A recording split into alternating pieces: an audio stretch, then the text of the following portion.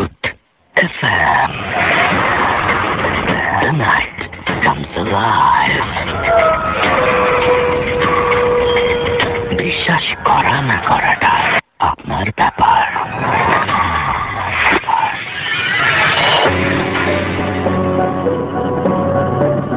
আমরাও তাই বলি যে বিশ্বাস করা করাটা আপনার ব্যাপার। এবং ভূত এফএম মানে অনেক অনেক আনন্দ, অনেক অনেক ভয় এবং অনেক অনেক উত্তেজনা। পুরোটা সপ্তাহ যেমন আপনারা অপেক্ষা করেন, ঠিক একইভাবে আমি নিজেও অপেক্ষা করি যে কিভাবে সাজাবো আজকে ভূত এফএম। তো যাই হোক, আজকে ভূত এফএম কেমন লাগছে অলরেডি আপনারা সেটা জানাচ্ছেন এবং সেই সাথে আপনারা সবাই শুভেচ্ছাও জানাচ্ছেন নতুন বছরের। আশা করছি যে আমরা 2019 থেকে 2020 পর্যন্ত আমরা একটা চমৎকার বছর, আপনাদের আরো একটা চমৎকার বছর উপহার দিতে পারবো যদি আপনারা সাথে থাকেন। এবং সেই জন্য চাই আপনাদের কাছ থেকে অনেক অনেক অনেক অনেক ঘটনা। এবং সেই জন্য আরো একবার আপনাদের জানিয়ে দিতে চাই আমাদের ইমেল অ্যাড্রেসটা। আমাদের ইমেল অ্যাড্রেস হচ্ছে bhutfm@fm, which is bhwtfm@radio.fm। আপনার নাম, ঠিকানা এবং ফোন নাম্বার সহ আপনার জীবনে ঘটে যাওয়া বা আপনার জানা সেরা ঘটনা লিখে পাঠিয়ে দিন আমাদের কাছে। ঘটনার শুরুতে অবশ্যই উল্লেখ করুন যে ঘটনাটি আপনি স্টুডিওতে এসে শেয়ার করতে চান, নাকি আপনি চান আপনার ঘটনা আমরা পড়ে শোনাই। যারা দেশের বাইরে রয়েছেন তারা সরাসরি অডিও ক্লিপ পাঠিয়ে দিতে পারেন বা লিখেও পাঠাতে পারেন ঘটনাটি। এখন যেটা করব সেটা হচ্ছে আমরা আবারও কিছু মেসেজ পড়ে ফেলি, কমেন্ট পড়ে ফেলি। আমাদের সাথে দেখতে পাচ্ছি আইফুর রহমান জিতু আছেন, মানিক হুসাইন আছেন, আমাদের সঙ্গে দুর্জয় আমাদের সঙ্গে আছেন, নাজমুস সাকিব ইমরান আমাদের সাথে আছেন। দেখতে পাচ্ছি আরো অনেকেই আমাদের যে ভূত এফএমের পেজটা সেখানে আলামিন সরকার আছেন, মিজানুর রহমান আছেন, এম রহমান সিমন আমাদের সাথে আছেন, HS আলিফ আমাদের সাথে আছেন, শাকির রাজ কুমার আছেন আমাদের সাথে আছেন, MD রাতুল খান, শাহজালাল জুন্নুন আমাদের সঙ্গে আছেন। এবং আজকে সবাই স্টোরির প্রশংসা করছেন এবং ক্রেডিটটা আসলে আমি একেবারেই আপনার ভাইকে না দিয়ে পাচ্ছি না। চমৎকার স্টোরি নিয়ে এসছেন এবং সেকেন্ড যে স্টোরিটা, সেই স্টোরিটাও আশা করছি আপনাদের ভালো লাগবে। চলুন শুনে আসি আপনার ভাইয়ের কাছ থেকে আপনার ভাইয়ের সেকেন্ড স্টোরি। আপনার ভাই। থ্যাংক ইউ রাসেল ভাই, আমাকে আবার সুযোগ দেওয়ার জন্য। আসলে আবারও রাসেল ভাই বলছি যে আসলে আমার কিছুই কোনো ক্রেডিট নাই, সকল ক্রেডিট যারা সংগ্রহ করে দেন তাদেরকে। আমি হয়তো বা খুব কমই পরিশ্রম করি, ওরা আসলে পর্দার অন্তরালেই থেকে যায়। এই জন্য সকল ধন্যবাদটুকু ওদেরই প্রাপ্য এবং আপনি আমাকে সুযোগ দেন আসার জন্য, এই জন্য আপনাকে স্পেশালি থ্যাংকস। আসলে এখন যে ঘটনাটা আমি শেয়ার করব এটা আমাদের রাজবাড়ী জেলার কালুখালী অঞ্চলের ঘটনা। এটা তো ঘটনাটি রাসেল ভাই মূল ঘটনায় যাওয়ার আগে আমি কয়েকটা বিষয় বলবো। সেটা হচ্ছে যে কালুখালী যে অঞ্চলটা, এটা একটা সময় খুবই ব্যাকওয়ার্ড একটা এলাকা ছিল। বর্তমানে কালুখালী রাজবাড়ির উপজেলা একটি, কিন্তু এটা রাজবাড়ির মানে হওয়া সর্বশেষ উপজেলা কালুখালী এবং সবচেয়ে ছোট একটি উপজেলা। কালুখালীতে অসংখ্য মানে ঝোপঝাড় জঙ্গল আছে এবং অনেক ভয়ঙ্কর ঘটনা ওই এলাকাগুলোতে ঘটে। আমি এর আগেও বেশ কয়েকটা জায়গায় নিজে দেখে এসেছি এবং আমি কয়েকটা ঘটনা শেয়ারও করেছি।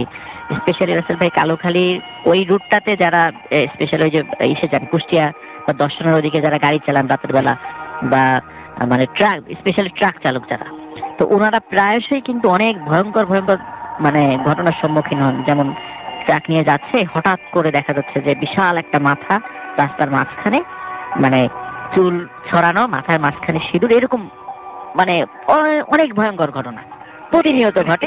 তার মানে সচরাচর হয়েই থাকে এবং সচরাচর মোটামুটি দেখেই থাকে। এখন যদি কোনো মানে যারা পরিবহন চালান, যদি কেউ শুনে থাকেন ওই রুটে চালিয়েছেন, অভিজ্ঞতা আছে, তারা আমার সাথে একমত হবেন যে হ্যাঁ, তারা ওই বিষয়গুলো আমি চাইবো যারা পরিবহন যারা চালান তাদেরকে আমি মানে চাইবো যে সেটা হচ্ছে বাস, ট্রাক, মাইক্রোবাস বা যেটাই হোক না কেন বা অ্যাম্বুলেন্স যেটাই হোক না কেন, আপনারা কাইন্ডলি এই রোডের সাথে যদি পরিচিত হয়ে থাকেন তাহলে অবশ্যই অবশ্যই রেসপন্স করবেন এবং অবশ্যই অবশ্যই আমাদের লিখে পাঠাবেন আপনার জীবনের ঘটনা।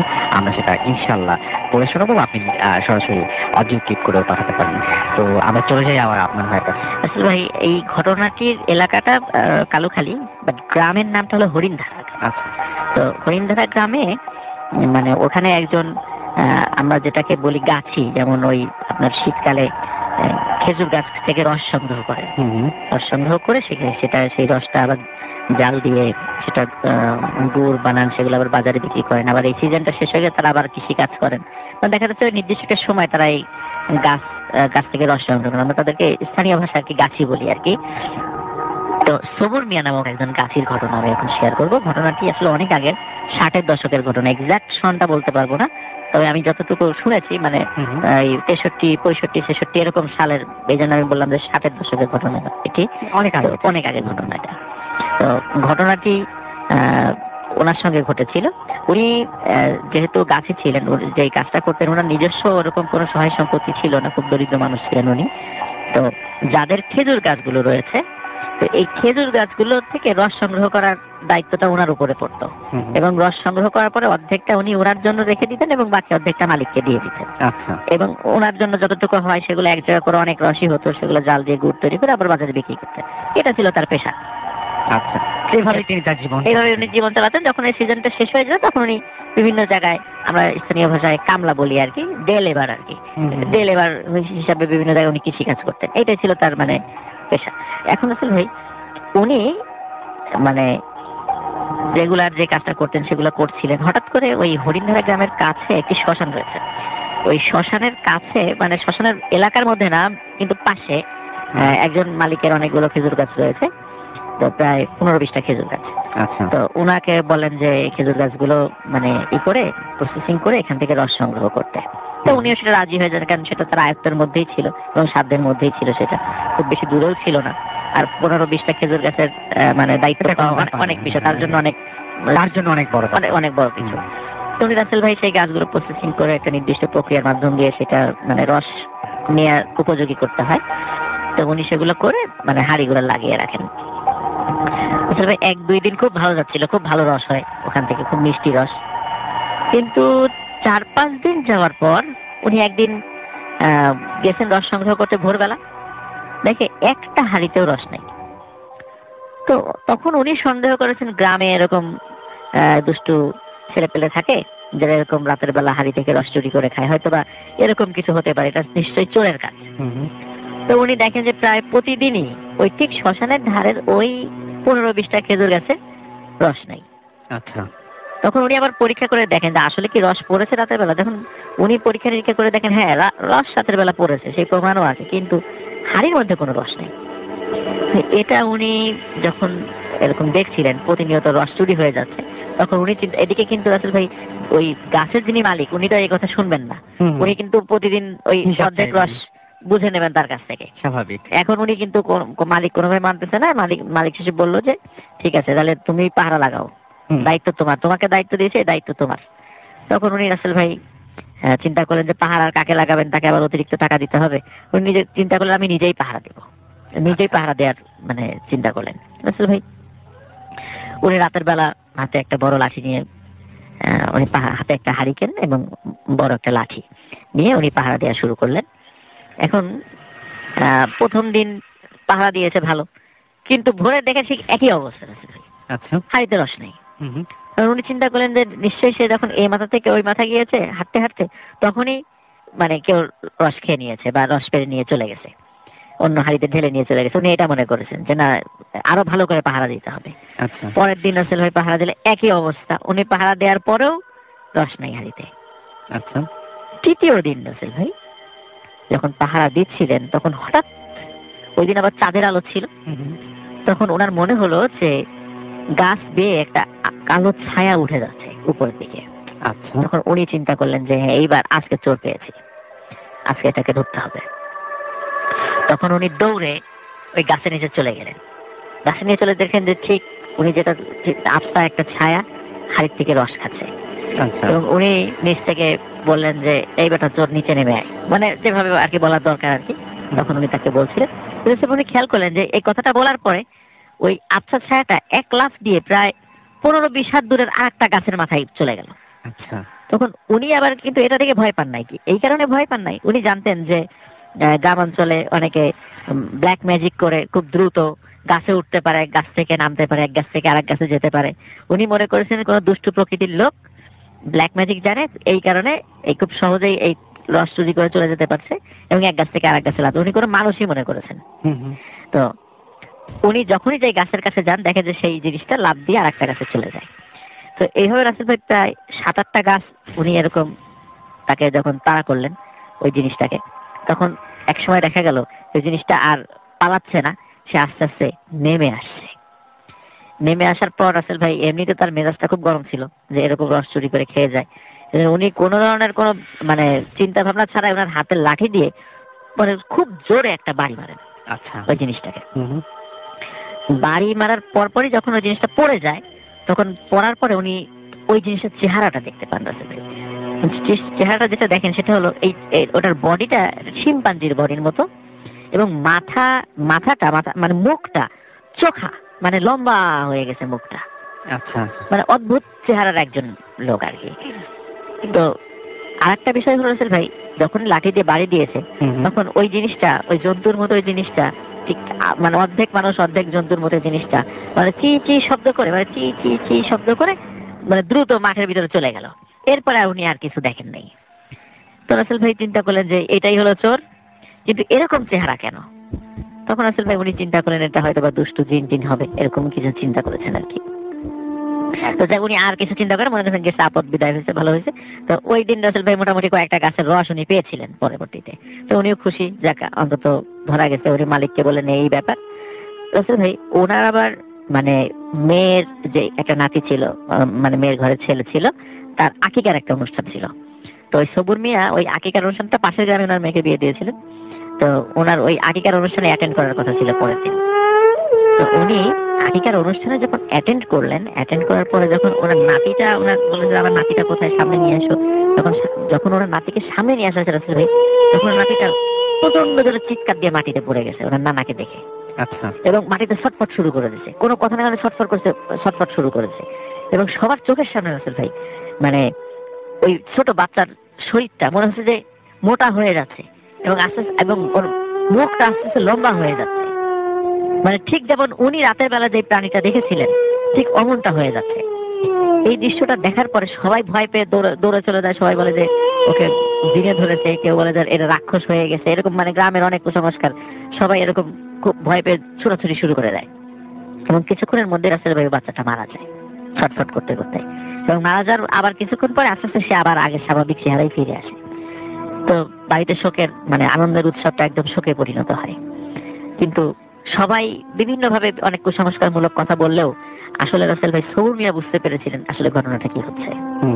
যে উনি রাতের বেলা ওই প্রাণীটাকে আঘাত করেছিলেন, এই কারণে হয়তো ভাই ঘটনাগুলো ঘটছে। তখন উনি কাউকে কিছু বলেন নাই, উনি বাড়িতে চলে যান। বাড়িতে চলে যাওয়ার পর রাসেল ভাই এরপরে সবুর মিয়ার সাথে ঘটনাটা ঘটা শুরু হয়। সেটা হলো যখনই রাত হয়ে যেত, সবুর মিয়ার সামনে যেই আসতো, সবুর মিয়া তাকে দেখতো যে ওই শিম্পাঞ্জির দেহের মতো, ওই ব্যক্তির মুখটা ওরকম লম্বা, এরকম দেখতো। এরকম দেখে চিৎকার চেঁচামেচি করতো যে তুই আমার সামনে থেকে সরে যা এরকম, এবং খুব ভয় পেত। একটা মানুষের সামনে যখন উনি এরকম আচরণ করতো তখন সবাই নিজে খুব বিব্রত হতো এবং বিরক্ত হতো। তো একসময় সবাই সবুর মিয়াকে পাগল বলে আখ্যায়িত করলো, যে একদম পাগল হয়ে গেছে, বদ্ধ উন্মাদ। দিনের বেলা ভালো থাকে, রাতের বেলা ভালো, এই জন্য রাতের বেলা তাকে শিকল দিয়ে বেঁধে রাখতে হতো। কিন্তু আসলে উনি সুস্থ মানুষ ছিলেন রাসেল ভাই। আমরা হ্যালুসিনেশন বলি, যেটাই বলি মানে মানে সায়েন্টিফিক ব্যাখ্যায় অ্যাকচুয়ালি আসলে এটা ছিল একটা প্যারানরমাল ঘটনা। এরপর রাসেল ভাই যেটা হলো, রাতের বেলা মানে হুট করে ওনার ছোট ছোট বাচ্চা ছিল, ওনার বাচ্চা মেয়ের যে ঘরে ঘুমায় থাকতো আর কি, ছেলে মেয়েরা, সেখানে একটা খট করে শব্দ হয়। তখন ওনার ওয়াইফ পাশের ঘর থেকে উঠে যখন ওখানে যান, তখন বলেন যে কি ব্যাপার, আমাদের মেয়ে ছোট জন কোথায় গেল? দরজা তো বন্ধ, ওয়াশরুমও তো বাইরে, যদি বাইরেও যায় তা তো ওয়াশরুম, ছোট মানুষ বাইরে গিয়ে তো ডাক দিয়ে যাবে, একা তো যাওয়ার সাহসই নেই, তবে দরজা বন্ধ সাথে সে কোথায় গেল? তখন রাসেল ভাই, এখন সবর মেয়ে তো শিকল দিয়ে বেঁধে রাখা হয়েছে, তখন তার শিকলটা খুলে দেখা বলে যে তাড়াতাড়ি তুমি খোঁজো এখন তোমার মেয়েকে। তখন রাসেল ভাই ওনারা হাজবেন্ড ওয়াইফ মিলে এবং সব গ্রামের অন্য লোকদেরকে ডাকে এবং ডেকে খোঁজা শুরু করে যে কোথায় আছে। রাসেল ভাই শেষ পর্যন্ত ওনার মেয়ের দেহটা ওই যে শ্মশানের পাশে যে খেজুর গাছ ছিল, সেই খেজুর গাছের উপর রক্তাক্ত অবস্থায় পাওয়া যায়। ওনার মেয়েকে মানে মেরে ফেলেছে আর কি। তো রাসেল ভাই এই যখন উনিও এরকম উন্মাদ অবস্থা, এই ঘটনার সলিউশনটা যেভাবে আমি সেখানে যাচ্ছি সেটা হচ্ছে যে আমাদের ওই কালুখালী বা আমাদের রাজবাড়ী অঞ্চলে বেশ ওই সময়টাতে এবং এখনো একটা মানে পীরের একটা মানে অনেক ভক্ত আছেন, মানে হক্কানি পীরের ভক্ত আছেন আর কি। তো ওই সময় আরো অনেক বেশি ছিল আর কি। তখন ওই বুজুর্গ ব্যক্তি যখন ওই এলাকায় আসেন, আসার পরে ওই সবুর মিয়াকে শিকল দিয়ে বেঁধে তার সামনে নিয়ে যাওয়া হয়। তখন সবুর মিয়াকে দেখেই উনি বলেন যে বাবা, রাতের বেলা এরকম কোনো জিনিস দেখলে হঠাৎ করে আঘাত করতে হয় না। এবং আসলে এখানে একটা বিষয় বলে রাখা ভালো যে আমাদের হাদিসেও কিন্তু আছে যে রাতের বেলা যদি আমাদের সামনে বা দিনের বেলাতেও যদি আমাদের অস্বাভাবিক যদি কোনো প্রাণী আমাদের সামনে আসে, প্রথমে আগে বলতে হবে যে তুমি যদি জিন হয়ে থাকো তাহলে তুমি চলে যাও। এরকম 3 বার বলার পরে যদি সেটা না যায়, বুঝতে হবে যে সেটা প্রাণী। সে যদি ক্ষতিকারক হয় তাহলে তাকে আঘাত করা যাবে, এবং সে যদি 3 বার বলার পরে যদি সে চলে যায় তাহলে তাকে আর কোনো আঘাত করা যাবে না। আচ্ছা, আসলে সবুর মিয়া কিন্তু এই ধরনের কোনো কথা না বলে উনি কিন্তু তাকে গালিগালাজ করে, এবং একটা সময় তাকে যখন গাছ থেকে নেমে আসছিল, নেমে আসার পর সে কিন্তু আঘাত করেছিল, এবং আঘাতের প্রতিশোধ হিসাবেই কিন্তু এই ঘটনাগুলো ঘটেছিল। তো এই জন্য আসলে ভাই রাতের বেলা চলার সময় কিন্তু আমরা এই ধরনের ঘটনার সম্মুখীন হতেই পারি, কিন্তু খুব সতর্কতার সাথে আমাদেরকে বিষয়গুলো হ্যান্ডেল করতে হবে। তো আসলে তারপর ওই বুজুর্গ ব্যক্তির দোয়ার বরকতে সবুর মিয়া সুস্থ হয়েছিলেন, উনি অনেকদিন বেঁচে ছিলেন, ওনার নাতিপুতিরা এখনো জীবিত আছে। তো এইটাই ছিল রাসেল ভাই ঘটনা। থ্যাংক ইউ সো মাচ আপনার ভাই, অনেক অনেক ধন্যবাদ আপনাকে এবং আপনার রাজবাড়ির সমস্ত সেই যে যে ভৌতিক টিম আছে তাদের সবাইকে অনেক অনেক ধন্যবাদ। তারা এত কষ্ট করে ঘটনা সংগ্রহ করেন আপনার জন্য, এবং সেগুলো আপনি ফুটেফেমে এসে আমার সাথে শেয়ার করেন। পুরো ব্যাপারটাই একদম অন্যরকম, এবং অনেক অনেক শুভকামনা থাকলো নতুন বছরে আপনারা সবাই অনেক ভালো থাকেন, সেটাই প্রত্যাশা করবো। এখন যেটা করবো, আরো একটা ঘটনায় চলছে না, সেটি আমার বেডরুমের পাশে। নতুন বাসায় উঠে সব ঠিকঠাক করতে করতে ক্লান্ত আমি সোফাতেই শুয়ে ঘুমিয়ে পড়লাম। হঠাৎ একটা শব্দে আমার ঘুম ভেঙে যায়। চোখ খুলে দেখি চারিদিক অন্ধকার। বুঝলাম কারেন্ট চলে গেছে, কিন্তু শব্দ এখনো আছে, এতটা তীব্র যে আমি ফোনের আলো জ্বেলেই খুঁজতে শুরু করলাম এর উৎস।